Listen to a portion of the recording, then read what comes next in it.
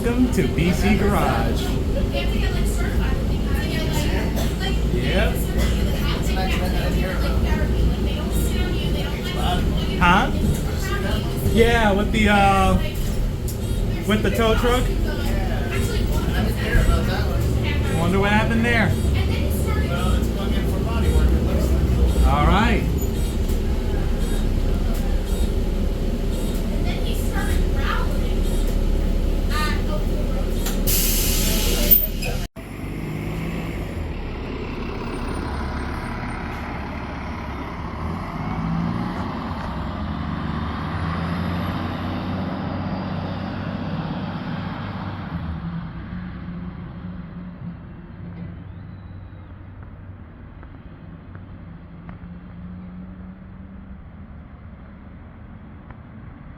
And this is BC Garage 101. I don't know what's going on with it.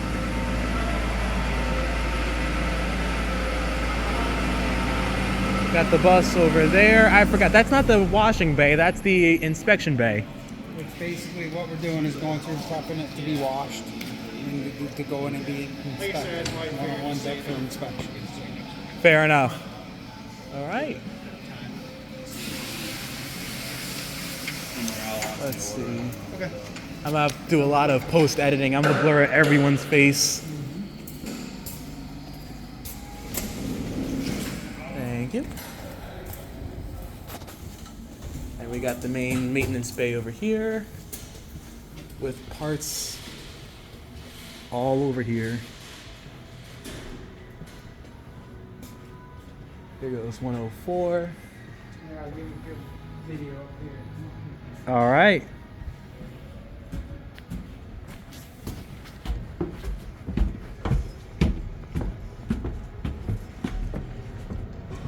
Whoa. Oh, this is a very interesting perspective. Here you go. Nice video. Yes. Actually would make a really great photo. Thank you so much again for having me by. So I got 20 questions. Is that okay? Mm-hmm. Not excessive. Just want to make sure. Yep. All right. So my first question. Around I think it was 2017 or a little bit after that. You guys bought an Orion Bus Industries demo. It was an Orion 7 Next Gen, numbered 1294. Mm-hmm. It's a former MTA demo. What's the fate of that bus? I've seen a picture of it wrapped up in Broome County stripes, but I don't know if it was ever in service. I don't know where it went. It never got put in service for the reason that there was too many changes to it to make it roadworthy again. So we end up using it basically for parts Oh, for okay. our system. What they did is they tried to adapt that bus from one system to the next system and so forth, and it just didn't. Like you said, we couldn't actually use it in service. They had cables run through the inside, just dangling. Oh, so it was just too much Frankenstein. Yeah. It was a mess. Exactly. Okay, noted. I do know. Actually, I should probably get myself a more formal introduction. My name is Elijah Leganor, as you could see in my emails. I'm a transit enthusiast. I study these buses religiously. I'm autistic as hell. I'm going to be completely honest with you. I know a concerning amount. I do know a good chunk of the drivers here. I usually conversate with them often. I ride with them. I discuss things with them. I like learning about the agency, and I love learning about transit in general. It's very fun to me. Really intriguing thing to do. I run a YouTube channel, actually. I'll show you that towards the end of this. And it's definitely intriguing what I do. I'm really proud of the hobby. Yeah. Third questions. What are day-to-day operations here at Transit like? Oh, it can be quiet and it can be busy. It can be crazy. Typical, in the maintenance department, all work is scheduled. It's gone through. We have a computer system that generates most of the work orders and so forth. The day-to-day operations, as far as the buses going out and so forth, the supervisors are out front. I actually dispatch the drivers and the buses out every morning. We basically, they each have their routes assigned and so forth. So we just plug away and we keep the maintenance going. All right. So, BC Transit has, I've noticed they have an interesting relationship with Gillig ever since, I assume it's 2014. You guys have been buying pretty much Gillig only buses. What about Novabus? What's the deal with BC Transit and Novabus? I know you guys bought a couple 2000 Novabus LFSs from Albany. CTA. Yeah, CDTA. Do you guys have a formal relationship with Novabus, or was it kind of just a one-off purchase like the Orion 6s you guys bought, and then considered Novabus for the electric order after that? What we did is, at that time, we were in desperate need of buses. The system, the way you purchase buses changed, so it put us behind the 8 ball as far as condition and so forth. So when we asked, we have the relationship with CDTA. We asked their people, are you getting rid of any buses that are still usable, so forth, because they have a much larger property. And I said, just to get us some buses till our new buses come in, and so forth. So that's how we ended up with those. Mhm. They're basically a FTA, Federal Transit Authority transfer. Because federal funds were used, it's just basically they can transfer them to our property. We can finish using them, get done till we needed it, till we got our new buses. Is what it was. Okay, fair enough. And now, so there was not much of a relationship with Novabus. It was just kind of No, not really. I mean, everybody stays. I mean, it's a small. You only have a few manufacturers to purchase buses from, and our relationship with Nova has always been. They're always in the mix. Whenever we go to bid, it's low bid. It's whatever we can do.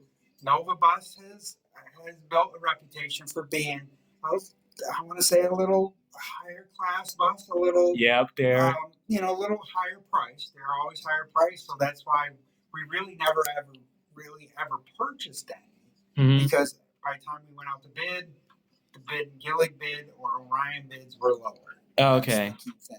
All right. That's how it works here. It's low bid buys it. Fair enough. Yeah. And I'm assuming it's the same story for New Flyer, or is there something different? New Flyer, same thing. We for years when I first came here, I've been here 28 years. For years, this fleet was entire Orion. Yep, Orion's a big New York State manufacturer. So you turn around and you add New York State funds, so forth like that. It makes getting those funds easier when you're using New York companies and so forth. The biggest thing with Orion going out quickly, it left a big hole for us that we couldn't get. We had great difficulty getting parts. The price of parts tripled, when they went and sold their parts division to New Flyer. Yep. So that division tripled. The prices tripled. So it took us a while to get it switched away. But when we went to Gillig was a low bid bus. The low purchase price, and they built quite the quality product, and they like dealing with the smaller properties. Yeah, that's a Gillig thing. And like I said, it's not a bad thing by no means, because with Orion, I think that's one of the biggest things that put Orion out of business, in my opinion, was the idea that they dealt with New York City. And when I went to buy a bus, well, New York City does it this way. Yeah. And it's like, well, we don't need that, that type thing. So I think that's what hurt them the most, and when they started specifying. It doesn't help that Daimler bought them out and got cold feet. Yeah. What about ENC? Does ENC ever try bidding for you guys? Yeah. All right. So now that the contract with Novabus has been canceled for the Novabus LFSE pluses, is it going to be Gillig that's going to be fulfilling those? Pretty sure it will be. We're still working out the details, contracts, so forth. But we'll be using another contract that's out there that will be purchased most likely once everything's set in stone. Because we have to switch, because we bailed on Nova, let me put it this way, Nova bailed on us. Yeah, they left the country, they said. Left us kind of high and dry, so now we turn around and we have to make sure that all our grants that we got, all the money we got for those, are able to be switched to Gillig, and we're in that paperwork process. Okay, it just strikes me as ironic, because I know Nova buses are some of the most expensive buses on the market, and I assume their electric buses are the same way.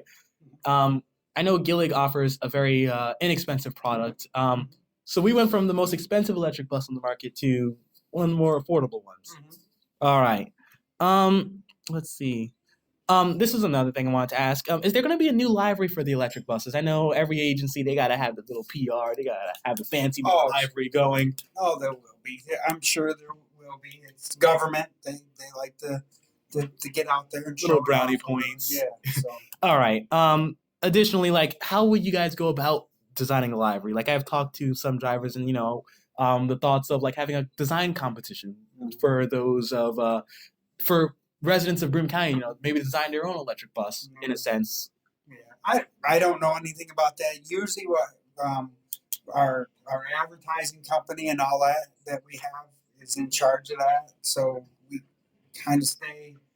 We just kind of throw ideas out there, but we haven't really done anything yet. All right, fair enough. So I do know this is a very as you were talking, you guys did not have the same needs as New York City. However, this is kind of becoming more of a standard. Public assistance aids, for example, PIS screens, so people can see, the stop, where the bus is going, et cetera, or automated announcements. I know Broome County Transit doesn't have the likes of such, but is there any plans for the future? Oh, we always look at them. We always look at all that.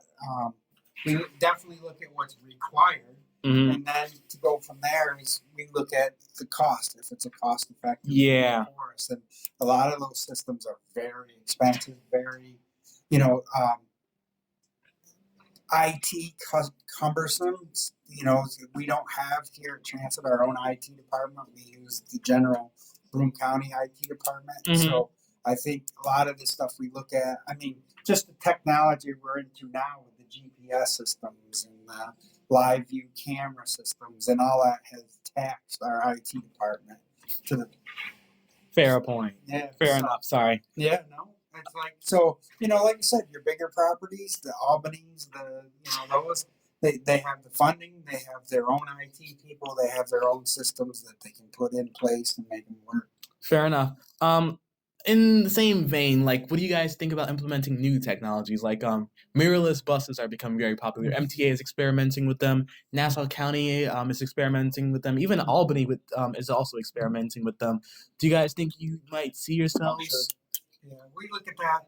Every bus order that we do, every bus order we look at, there's what they call a pre-production build meeting. That build, I sit down with the manufacturer.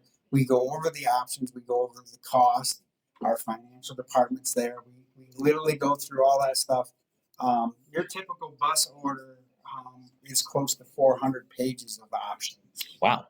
Every bus is built specific per property. We order everything from the type of seats, the color of seats, the pull cords, whether they're touch strips or pull cords. Yep. Everything is detailed for Broome County Transit or for the property. So we look at all that stuff. I'm looking forward to wireless mirrors, pedestrian warning systems, things like that. We're constantly looking at it. I actually, Roscoe has just sent me some information and some videos, and they want us to try a system out. So we do work with the vendors that way. All our conferences we go to, the vendors are there. We look at their items. The biggest thing that comes down to with a property of ours, especially government run, is the cost. The cost, weighing out the cost, and the effects that whether we have it or we don't have it is the thing. Fair enough. Yeah. I do know BC Transit is not going to immediately go to an all-electric fleet. We're still going to be buying internal combustion powered buses and hybrids. I want to know a little more specific. I know we're probably going to stay with BAE systems for the hybrid powertrains, but I'm interested in what's going on with the engine powertrains for the diesel buses. I know from the 700s all the way up to the 760s, we have Cummins ISL 9/L9s in them with a Voith DEWA 6. But with the 780s, you guys went with a Cummins L9 and a Allison B3 400 XFE, from my understanding. Prior to that, you guys did get Allison only in your buses. Are you guys shifting from Voith towards Allison, or was it just a fluke in the order? What it was COVID. Voith shut down their plant for a good period of time. So during that build, we were called back saying, listen, your bus build, and is going to be held off for 6 months to a year waiting for a void transmission. So I said, well, we'll go with the Allison then so we can get our buses. So that's why I went back to Allison. Allison transmission, apples to apples, doesn't measure up. Fair enough. It's more expensive. Well, it's more expensive maintenance wise to keep maintaining the. We've had one out of those. I believe it's 3 buses we got. 3 Yes, buses. We 3. got the Allisons, and we've already replaced the transmission. And we haven't replaced an Allison transmission in a 14 yet. Oh God. So, like I said, it does. We just can't get them as dependable as we want them to be with voice. Is there any reason why you guys went with the Allison B3 400 XFE instead of the B400? Just no. It's just the. It's basically what the manufacturer. It's whether it's on the option list for the manufacturer. Oh. So it's only what the manufacturer will allow us to have. Okay. Or choose. Yeah. It was basically that transmission and Allison or the voice. That's all right. I've asked multiple drivers about this, and I've gotten multiple different answers. What is the minimum age for BC Transit? Some say 18, some say 21. I know you have to be. I believe you have to be 21 to drive. Mm-hmm. I can hire 18-year-old out here because they can still get a CDL. The CDL is required. I can hire 18 out here, but they can't haul passengers. You can't haul passengers until you're 21. Okay, that's very interesting. Yes. Let's see.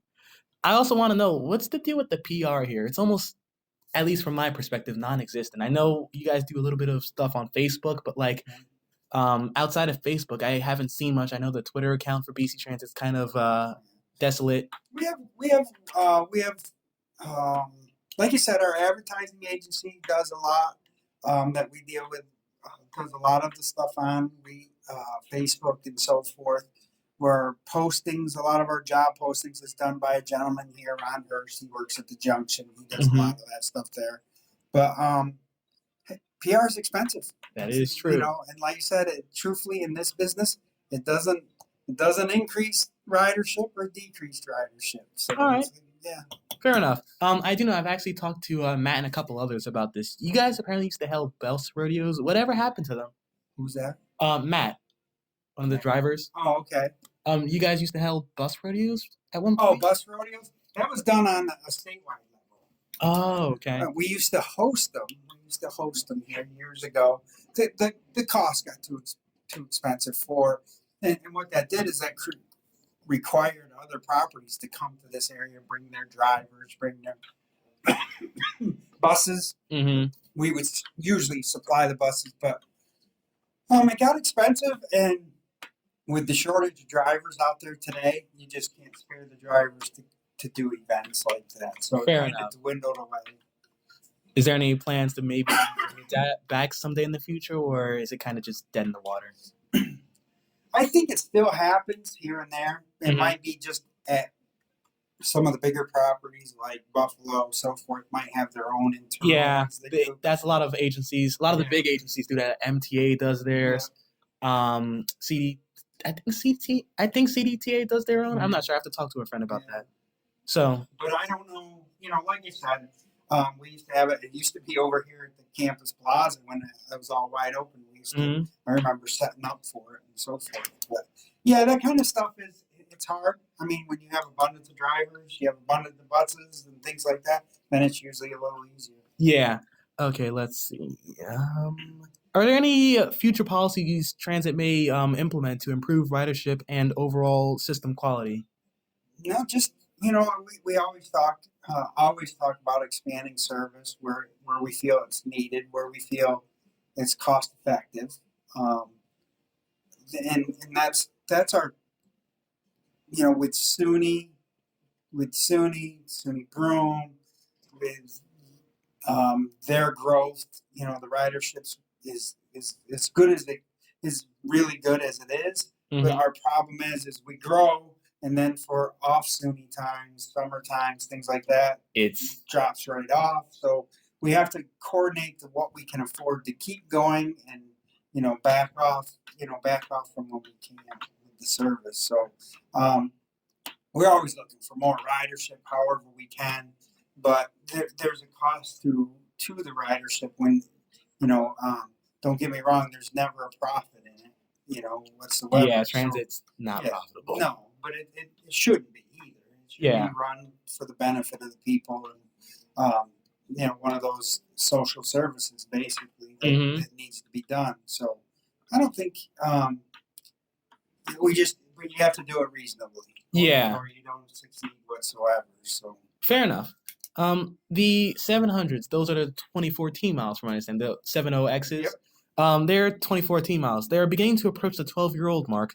That is the standard minimum age requirement for federally funded buses to be retired. Are you guys planning on retiring them at 12, or do you plan on keeping them a little after? we start at the 12-year point. We start looking. There's plans already. We do a 5-year plan out. So we do plan. You got to put the capital together and build that and so forth to set it up. But there is a plan. It depends on where the contracts are, you know, for the bus purchases at the time. The bids that are out there. We're such a small agency. For us to go out to do our own bid and so forth for buses is very expensive. So what we usually do, we've done in the past, is some of the Gillig buses were off the central order, the Syracuse bus orders. And what we do is it's the term is piggybacking off their contract. So when they go out to bid, a bigger property goes out to bid, we call them and say, hey, you're going out to bid for these buses. Can you put 12 on there for us? And that's what they do. It makes their order bigger, more cost effective for everybody. So you do a larger order and then we purchase off it. There's other contracts out there across the country. The state of Virginia contract. There's one of those out there that you can buy hybrid buses right now, because what they do is they allow other municipalities to use their contracts. Okay. So it makes it a larger purchasing bucket to hopefully get you get the buses cheaper, because you know it's a bigger group purchase instead of a smaller purchase. All right, and my final question for this interview, I just thought of it in my mind now that I saw 106. Whatever happened to 106? I know 103 got into a crash and kind of, I don't think it was in service ever since you guys kind of started using it. No, 103 is still being used. Oh. Well, 103, something's wrong with it. Is it now? Like I was told. It's here. It's in the maintenance. It's in the maintenance lot as it's going to be repaired. 106 needs an engine. And we're at the. If those 103 needs. Oh, so they're both. They're basically sitting.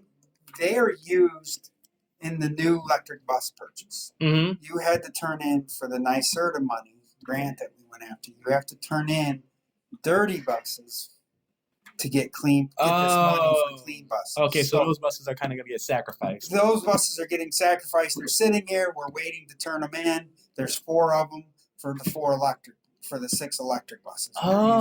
So those 4 buses have to be what they call certified scrapped. So when it comes time, they'll literally get dismantled. They'll check the serial numbers. They'll crush the engines. They'll do all that to make it cleaner. You know, New York State cleaner. So that's what that money's going for. So those buses, those 100s were sacrificed and hung on to. We would have gotten rid of them by now if it wasn't for this program. So, and of course, Nova pulling out put us a little bit longer. So they're sitting. They still run and drive. They have a lot of blow by on the engine. We don't want to put a $30,000 engine in a bus that we're going to take and scrap. Understandable. That's the key. That's what we're doing. Now, 104, 102, those are still being used. 102 is, we did put an engine in not too long ago, a year ago. We did put an engine in that. We're still trying to use that. The problem with those are what we call our cold weather buses, our fair weather buses, because the AC systems are shot. And it's a huge amount of money to fix the AC system. So hot days, you won't see them out there on the road because the AC don't work. Winter, the heat works great. Everything works good. You'll see them out there. Fair enough. Well, thank you for answering all of my questions. I'm sorry if it was a bit excessive. No, that's all right. So here's the BC Transit trolley. Has a wheelchair lift. Very spacious. I don't know if you can see it that well. I can turn on this actually. Not that it'll help much. Really decent. Spacious actually. Tall as an Orion. Got the fare box, destination board, BC Transit bought this secondhand, from my understanding, correct? Yes. Yeah, I found the auction actually.